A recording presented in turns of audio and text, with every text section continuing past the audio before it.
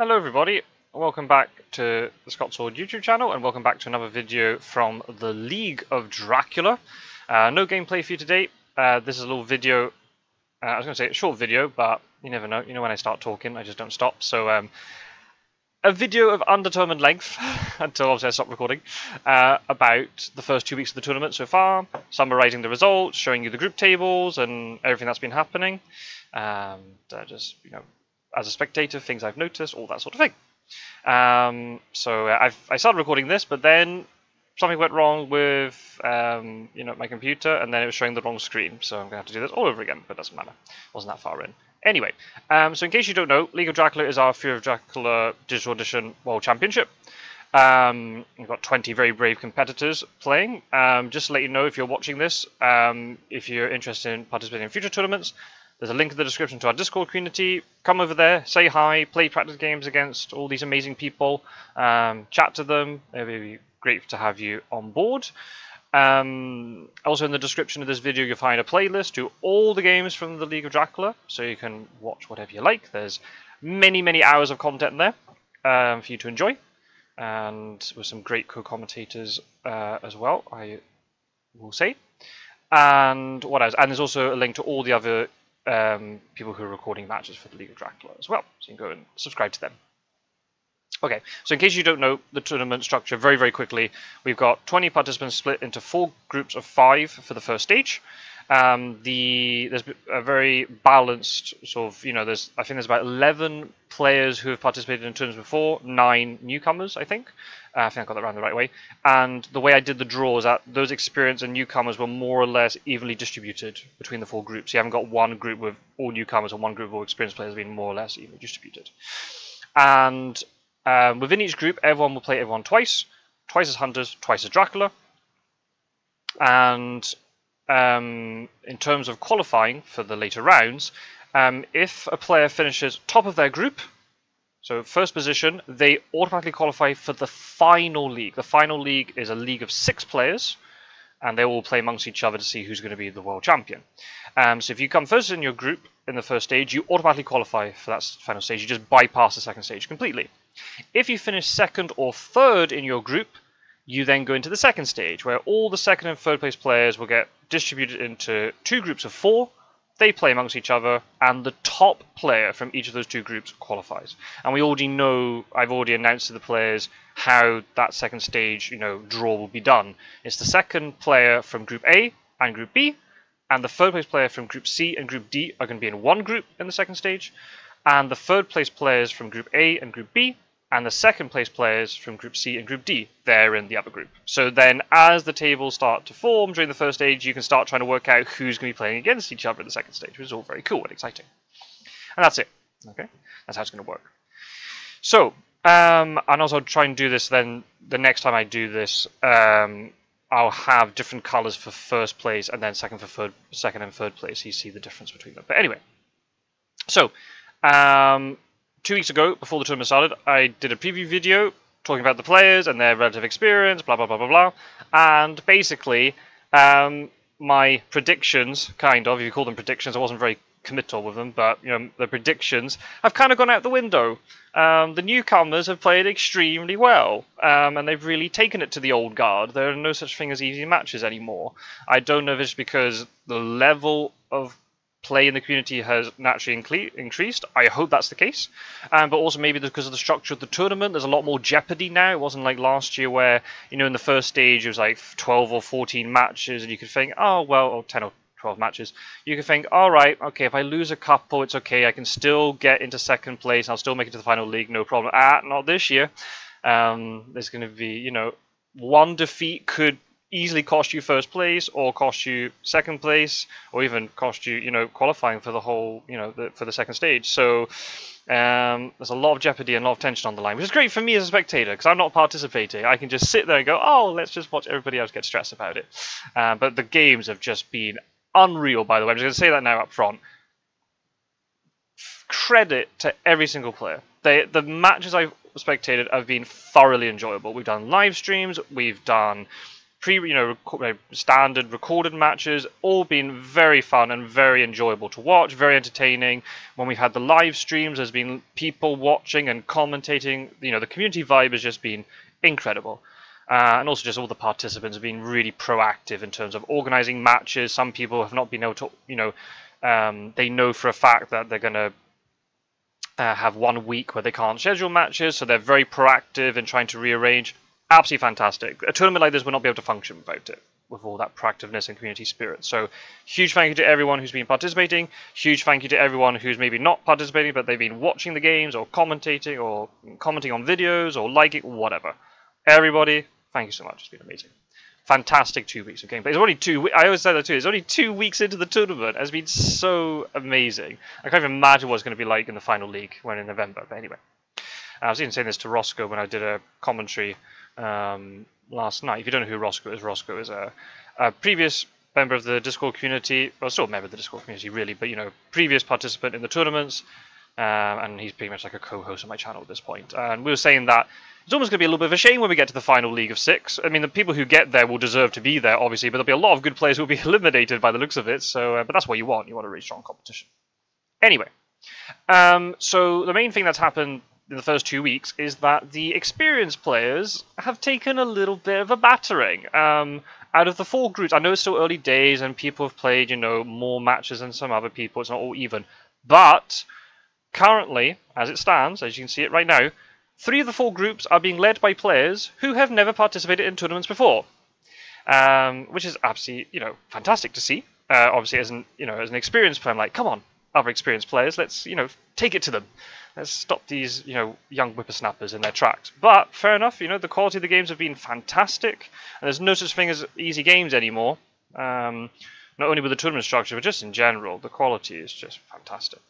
So let's go through these groups a little bit. I'm not going to talk about every result, but just show you a few things. So firstly, Group A, Captain Gyro. I mean, if you're a regular viewer of my channel, you know Captain Gyro. He's done co-commentaries with me, and our games when we've done friendly matches. I mean, we've been taking it seriously, obviously, but there's a lot of banter around. Captain Gyro's in the community. He's throwing out memes. He's throwing out gifs. He's like the Joker of the group. But behind it all, he's been hiding behind all those memes and gifs. He's turned out to be quite an astute player we've got here. Look at this. Captain Gyro, top of Group A, 4 wins out of 4, 2 wins with Hunters, 2 wins with Dracula. Absolutely bossing it, to be honest. I can't say anything more than that. Absolutely smashing it. Beat Randiv, who finished 3rd in the American League in the spring. So that's no, mean feat. And then beat Spencer, who finished 2nd in the European League in the spring. And, I think it was just maybe 1 win or just IDS difference that separated me and Spencer. It's just this absolutely insane. And he beat Spencer. Oh no, hang on a minute. No, he beat Random. Oh no, I'm thinking about something else. There's been so many games, I can't remember. Oh yeah, he beat Randiv when Gyro was playing as Dracula. And one of the things that we've been saying in the community from the previous tournaments, we've seen that at high level, Hunters have an advantage over Dracula. The win rate across the whole tournaments have been 50-50, but if you look at the higher level of players, Hunters normally have the advantage.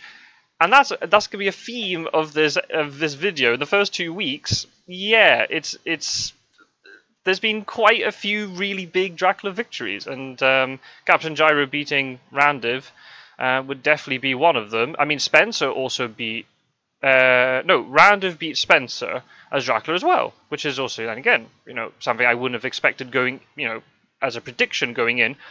But that's really great now, because if I'm commentating or spectating a match, I can't sit there and go, oh, well, these are 2 high-level players. Hunters are going to win.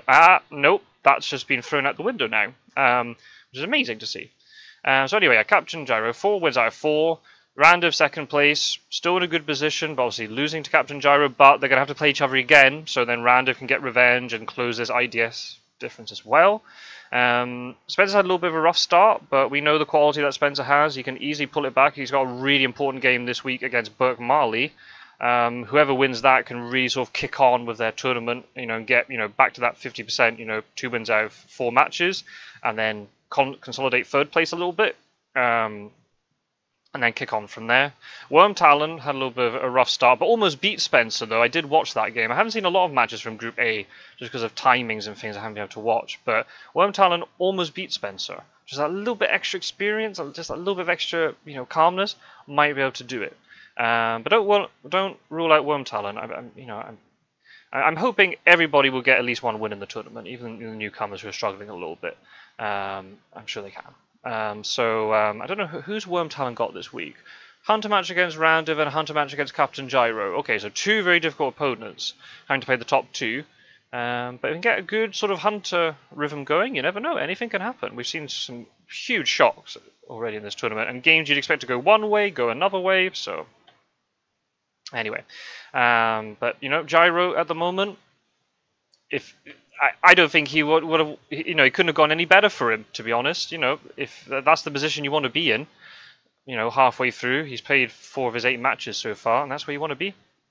Top of the tree, very well played to him, very good. But there's a lot to play in this league, and if Captain Gyro does end up running away with the group a little bit, it still then is like, well, then who's going to get second and third then? It could be really close between the remaining 4, or 2 of them break away from the pack, and then you're having quite a bit of fight for third place. Who knows? It all depends on how this week pans out. Anyway, so Captain Gyro is looking good right now. Group B, Pizza Wizard, the reigning US champion, is the only experienced tournament player, I'd say, because there are some players like Captain Gyro, for example, is quite experienced, but he's never participated in tournaments before. Pizza Wizard is the only experienced tournament player who is leading his group, so Pizza would be happy with that. 3 wins out of 3. He has played another game since then, but I won't reveal the result just because it's this is the results from Sunday. You're seeing this on Tuesday afternoon. These are the results from Sunday. So 3 wins out of 3. You have a double game week this week. Who's Pizza Wizard got to play? Dracula against Met King and Dracula against Ariel. Okay, so you got double Dracula wins again. Dracula is one of these roles where could work out quite well, or you could get walloped really, really hard and take quite a big IDS defeat. So we'll have to see how that goes. But at the moment, Pizza Wizard will be happy. He's in the position where he needs to be in. The other 4, really, really close between all of them. I know the table doesn't maybe look like it quite so much. They've slightly uneven number of games and stuff, but I've been impressed with all of them. They're very interesting games between them. I've watched a lot of Humperdinck just because of the timings it's worked out. I think I've seen all of Humperdinck's games. Interesting from Humperdinck, won both Hunter matches, but lost both Dracula matches, which again, for a newcomer, you'd probably expect it to be the other way round. So that I found very exciting. Could have got a lot more IDS against Pizza Wizard than it panned out in the end. Again, just needs a little bit more experience, a little bit more, calmness under pressure, and would have got, maybe might not have won still, but could have easily, made the IDS a lot more respectable. But that's okay. It's very close between all 4 of them. Pirate Joe's very experienced from previous tournaments, came 3rd in the League of Dracula last year, last autumn or fall. So can't count him out. Ariel's an experienced player. You got the 2 newcomers, Met King and Humperdinck, in 2nd and 3rd, but it can all change around. This is very interesting. But I've been very impressed, actually, especially with the 2 newcomers when I've been watching their games. Haven't practiced too much, but I'm liking that. I like their strategies, and they seem to be able to mix it up and things. So yeah, I'm very intrigued about Group B. I think Pizza Wizard's in a strong position. Obviously, there's a long way to there's still 5 matches to go for him, but you'd think Pizza Wizard will finish top. But between the other 4, I have no idea who's going to finish 2nd and 3rd, let alone then what order they're going to be in. So it's going to be very exciting to see how all that pans out. Very cool, very, very cool. Group C. Now this is the one for, we've got the main player in here is Mr. Green, a very experienced player. I can't remember now, in the European League, I think he finished 3rd, but there's only an IDS difference between him and Spencer. Very, very experienced player. I hate playing against Mr. Green, and let me make that clear. Mr. Green's a great person, and I really enjoy our games, but he is so hard to beat. It's very irritating. I haven't quite cracked it. But at the moment, having some, and also when the draw was done, Mr. Green is this is the only group where there's one, experienced tournament player who's had a lot of success. All the others have got 2 in the group because there are 7 of them. It's just the way it was done.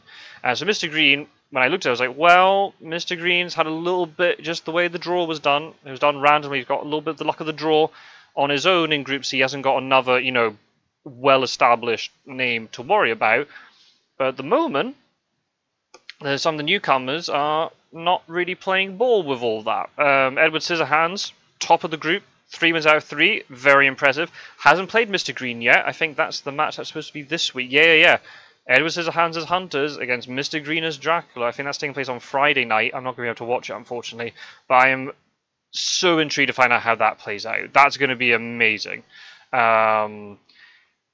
This table was slightly wrong because based upon there was a match that took place on Sundays which should have been included in this result. I'm not quite sure why it was, but it doesn't matter. There's a lot of things going on behind the scenes, so it's very easy for one match to be forgotten about. But JB Philly beat Mr. Green again. I say again, they've played both their matches already just because of scheduling, they've moved things around.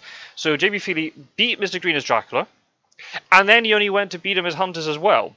So actually what this table should look like is JB Philly in second, 3 wins, 1 loss, and an IDS of 21 points. And Mr. Green, 2 wins, 2 losses, 16 IDS, I think, if I got it correctly. Still extremely close between JB Philly and Mr. Green, obviously, but the fact JB Philly got the double win against him, very impressive stuff. So I have to see how Edward Scissorhands copes with Mr. Green. I was talking to JB Philly behind the scenes, and I'm the organizer, and I'm a caster. I'm stirring the pot a little bit just to try to provoke a little bit of reaction or whatever. I did ask Philly, I was like, what do you want to happen when Edward Scissorhands plays Mr. Green? Do you want Edward Scissorhands to win, so then Mr. Green's lost another one, so it makes JB Philly's place in second a lot more secure? Or do you want Mr. Green to win, so then Edward Scissorhands is losing games, so then JB Philly could potentially catch Edward Scissorhands in first place? Philly gave me the very diplomatic answer, say, "Oh, I haven't really thought about it." But that's the thing that's going to happen now in this tournament. I think, and my advice to all the players would be, well, you can only focus on your matches because that's the only thing you can control. You just try to play the best you can, win your games, and everything else will just kind of take care of itself. But you're going to be looking at other matches and kind of hoping that certain players might do favors for you. I was doing it in the previous league. I was hopping on to games where I was, between 2 of my rivals, and I would be cheering for one of the players. If I think the one in particular was when Werecraft was playing Bugsby, I think it was. And Bugsby beat Werecraft. Werecraft and I were right at the top of the league, and we were like scrapping between, for wins and IDS. So when Bugsby got, I was cheering, but I think that's just a natural competitive reaction. But then the next week, I'll be playing against Bugsby, for example, and I was having to beat Bugsby. So it's just, it's just the nature of competition. You're going to be looking at other people and hoping that other players might help you out a little bit. But it all depends on your objective.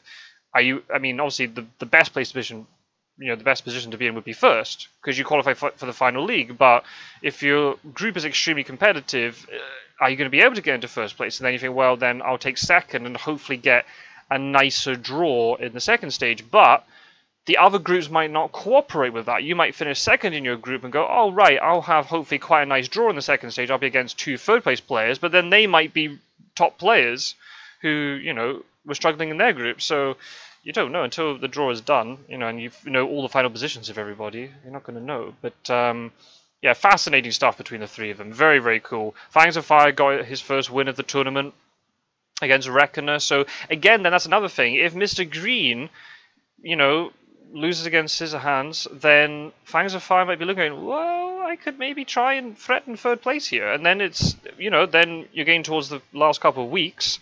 Fangs of Fire has a double game week this week, both as Dracula against Philly and Edward Scissorhands.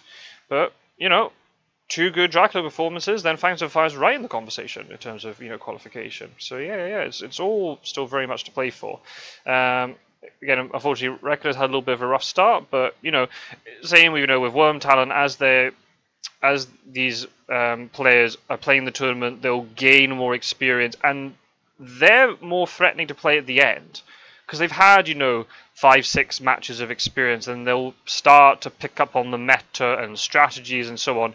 So they'll be quite dangerous to face, you know, towards the end of the tournament. You kind of want to get them out of the way at the beginning, but it's just the way the fixtures come out.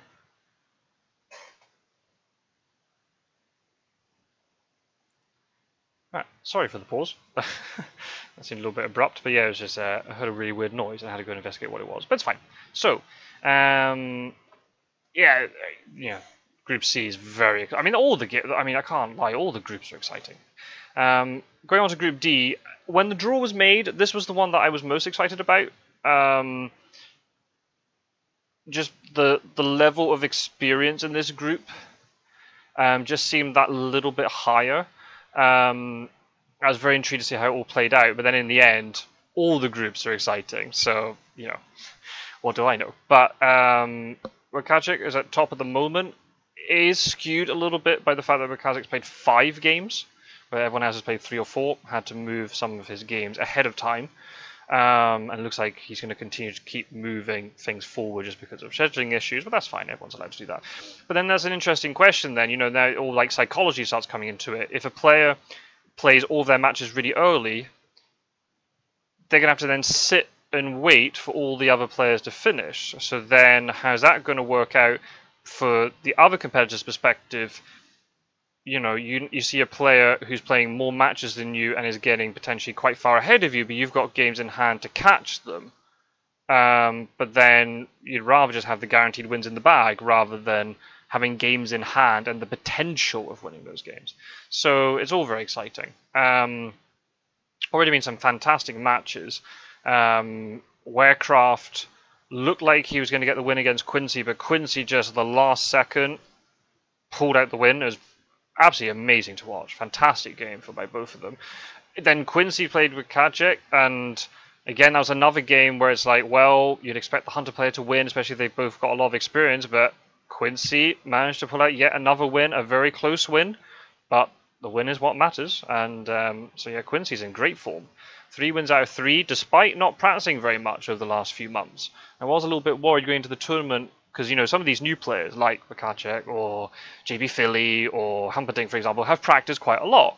And I was worried about, you know, the experienced players. They haven't played much just because they got other things going on, which is totally understandable, of course. But then are they going to get caught out by some of these newer players? But Quincy's showing very good form in terms of, you know, getting the wins, solid win against Trayman as well. So Quincy's looking in good form. Warecraft has had a little bit of a rough start. Those 2 defeats they were 2 extremely close defeats.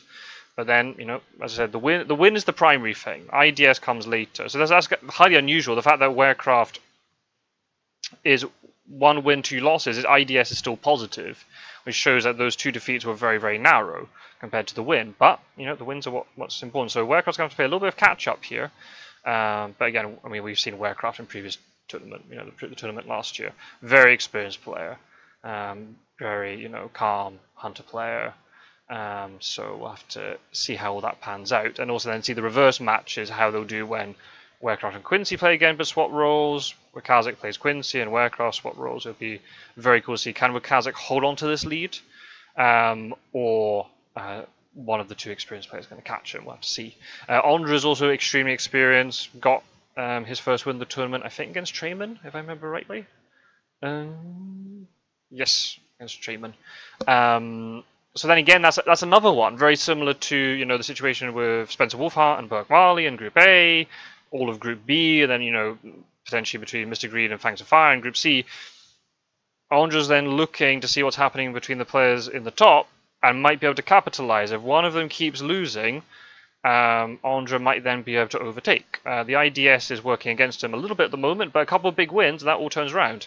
And we've seen Ondra before on my channel in previous tournaments, can cause an upset or 2 on his day. So don't rule anything out. And then Trayman, I heard before the tournament, was quite experienced with the physical board game. At the moment, it hasn't seemingly translated into the digital edition, but there's a lot of different things. The fact that, you know, when you're playing the physical board game, your meta will just be within your group, I guess. I don't know in terms of, like, I'm making assumptions here, but unless you've got a huge group of people around you who like Fury of Dracula. In my experience, that is very typical. At this, I played digital edition because none of my friends want to play the physical board game. So your meta will be based upon your group, and unless you watch, content about Fury of Dracula, you won't. You'll develop the meta based upon what you and your friends think is the right way to do it. And then there could be differences. I've had it before where newcomers are coming to the community and say, "Oh, we play loads of the digital, we play lots of the physical edition. It'll be fine." I was like, "Okay." And then they see, they'll go as Drac and I'll play Hunters, and they see me standing still for a whole week and just applying, and they're writing in the chat, "What are you doing? Why aren't you moving?" I was like, "No, this is the way we play. I'm just going to supply, and I'll just get all these big events, and then I'll kill you really quickly in the second or third week. Just one combat, and I'll kill you." So, assuming I can jump onto Dracula's space, obviously, sometimes that the game does not allow me to do that. And that can catch them off guard a little bit. And then, the way that you value certain cards might be different. Within your group, I've seen it with other board games, your experience very much, your experience with a certain event card or a certain encounter card or a certain combo might dictate like how you value that card. Whereas with us, because we've got quite a big community, lots of people recording games, and lots of discussion, we're able to bounce a lot more ideas off each other. And, I might have one experience which is very strong with a certain card or whatever. But then, as a whole community discussion, we all kind of reach the consensus, that card actually isn't very strong. You just saw it in quite a niche scenario. So it's going to be interesting when you have players like that who come from the physical board game into the digital edition, how much of that skill, and knowledge translates across. There is also differences between the digital edition and physical edition, so that is also very much a barrier at times. But with that experience and the fact then, similar to Reckness and with Worm Talon, as Trayman plays more and more games, more of a threat towards the end, and can very much, the players at the bottom, even if they get eliminated and they know that they're eliminated and they can't qualify for the second stage, they can still almost be very much kingmaker here in terms of who might finish first or second, or who might finish second or third or fourth. One result could just be the difference. So yeah, there's no such thing as a dud game in this tournament. Everything's very much up for grabs, which is very exciting. What else do I want to talk about? Yeah, I just think the fact, I kind of mentioned I was going through the fact that we've had a lot of Dracula wins against experienced Hunter players, which is very unusual, but very excited to watch. Very, very close. It's not like they were running away with it or anything, but very exciting, extremely close games. I can actually show you the statistics. Let me get my OBS to change. Okay, it's looking like it's going to be a half-an-hour video. Oh, well, okay. If you're a regular viewer of my channel, I think you're kind of used to all this. Where am I getting that PDF from? Ah, there it is. PDF, and I need to change. Is it this one? Hey, there we go. So here we've got the statistics for the first 2 weeks of the tournament. And you'll notice that the overall win rate between Huns and Dracula is 50-50, more or less. There's one game difference, but pretty much. After the first week, Huns had quite a big lead. I can't remember what the lead was, but it was quite substantial. I think it was about 60-40 or something. But Dracula, second week, has come back with an absolute vengeance. Alive and kicking, or maybe undead and kicking. Is that the joke? I think that's the joke. But even then, you're looking like, it's only one group. I mean, Group B is kind of the outlier. You've got 6 Hunter wins and 3 Dracula wins. All the others are even, or Dracula's got a little bit of a lead. But then even then, like, you're looking, even in Group B, for example, where it's a, 66% Hunter win rate, Dracula, the average the average influence value that Dracula's getting is 7, which is still pretty high, really, when you think about it. It's not far away from the others. Obviously, Dracula's final HP is lower, as you'd expect it to be. But yeah, you're looking even here, like identical records, and like 9 and almost 9.5 influence on average for Dracula from all the games from C and D. Like, that's just incredible. Yeah, absolutely fantastic stuff. So even the games where the Hunters are winning, Dracula's still able to get influence to keep pushing that average influence value up even more. So it'll be very interesting to see how it keeps playing out. We've got 3 more weeks of the first stage. What will the statistics look like after that? then second stage, and then you got the final league. We'll just see how it all accumulates at the end. I've done this table so you can see it for each stage separately, so you can see if there's a difference, or if it's 50-50 all the way through. We'll have to wait and see. But anyway, it's all very exciting stuff. Absolutely love it. It's only been 2 weeks. It's felt like much longer than that, and not in a bad way either. It's just because there's just been so many amazing games, and it's almost every night I'm recording matches or seeing results or whatever. It's been phenomenal. It's been such a joy to watch it all unfold, and all the players have had a very friendly attitude towards one another. It's just been amazing. I think that's what I wanted to talk about, to be honest. So yeah, good luck to all the participants for Game Week 3 coming up. A couple of matches have been played already, but I won't spoil the results of them. You'll see some matches out on my channel during this week. Yeah, basically, we'll have to see. Can the newcomers keep holding on to their great start to the competition, or are the old guard going to come back strong towards the end of the first stage and try and nab some top spots, you know, the first place positions from them? We'll have to see. We're very excited how it pans out. Feel free to leave your comments below with any thoughts and feelings or anything. There's probably 1,000 things I want to talk about, but now I can't really remember them. So I'm going to stop this video here. Half an hour seems a decent length for this. And yep, any questions, or you know, if there's anybody here who doesn't really know much about the League of Dracula, feel free to leave a comment in the video or come into the Discord and just ask for me, and I'll find you and chat to you. Or you can talk to all the other participants from the tournament. We're all very, very friendly. And I shall see you in the next episode of the League of Dracula very, very soon. Take care, everybody. Thanks for watching. Bye-bye.